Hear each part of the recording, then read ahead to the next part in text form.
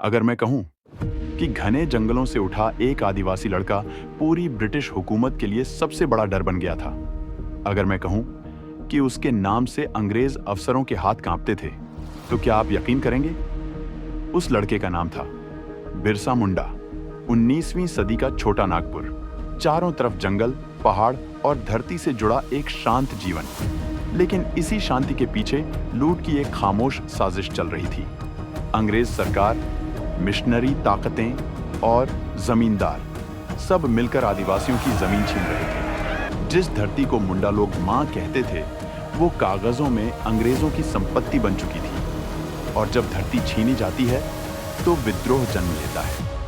1875 में जन्मा बिरसा मुंडा कोई राजा नहीं था, कोई सेनापति नहीं था, लेकिन उसकी आंखों में सवाल थे और उसकी आवाज में आग। वो देख रहा था उसके लोग गुलामी में धकेले जा रहे हैं, उनकी संस्कृति, उनकी पहचान मिटाई जा रही है। बिरसा ने चुप रहना नहीं चुना। उसने लोगों से कहा, अबुआ राज सेतेर जाना, महारानी राज टुंडू जाना, अब हमारा राज आएगा, अंग्रेजों का नहीं। धीरे धीरे बिरसा सिर्फ एक इंसान नहीं रहा, वो बन गया धरती आबा, धरती का पिता। लोग मानने लगे कि वो भगवान का भेजा हुआ है। जहां वो जाता, हजारों आदिवासी जुड़ते चले जाते। ये सिर्फ आंदोलन नहीं था, ये एक जागरण था। और यही बात अंग्रेज सरकार को सबसे ज्यादा डराती थी। सरकारी फाइलों में लिखा गया, बिरसा मुंडा खतरनाक है। पुलिस भेजी गई, जासूस लगाए गए। लेकिन सवाल यह था, एक निहत्था आदिवासी इतना बड़ा खतरा कैसे बन गया? क्योंकि उसके पास बंदूक नहीं थी, उसके पास विश्वास था। और इतिहास गवाह है, विश्वास से बड़ी कोई ताकत नहीं होती।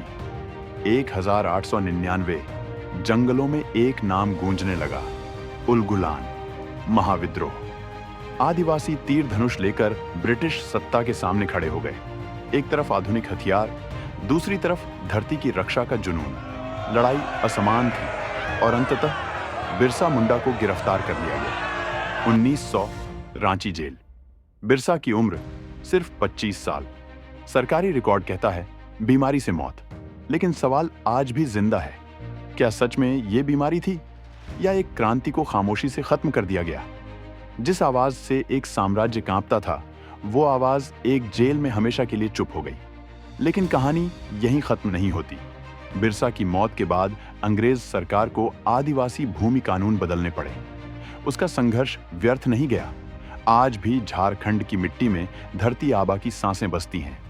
इतिहास अक्सर ताज पहनने वालों को याद रखता है, लेकिन जंगलों से उठी आवाजों को भुला देता है। बिरसा मुंडा कोई राजा नहीं था, लेकिन वो उस धरती का बेटा था जिसे कोई भी गुलाम नहीं बना सका।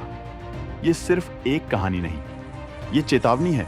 जब धरती जागती है तो साम्राज्य हिल जाते हैं।